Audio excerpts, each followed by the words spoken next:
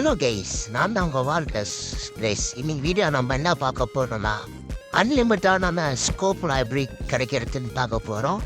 அதுக்கு ஒன்றும் பிரச்சனை இல்லை, நீ காயின் கொடுத்தும் செலவு பண்ண தேவையில்லை. ஒரு டீமில் ஒருத்தர்கிட்ட ஸ்கோப் இருந்தால் போதும், வந்து பேக் ஃபுல் வந்தால் போதும். இந்த ஸ்டெப்ஸை ஃபாலோ பண்ணேன் கைஸ்.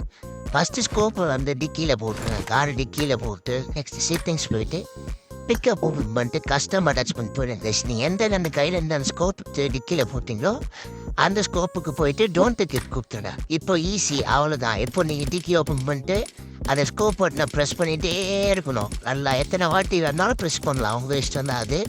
நீங்கள் ப்ரெஸ் பண்ணிகிட்டே இருந்தீங்கன்னா கைஸ் உங்களுக்கு வந்து கீழே அன்லிமிட்டடான 3x ஸ்கோப்போ இல்லை ரெட் டாட்டோ 6x இருக்கே பாருங்க. கொஞ்சம் கீழே தெரியும் ஆங்க பாருங்க.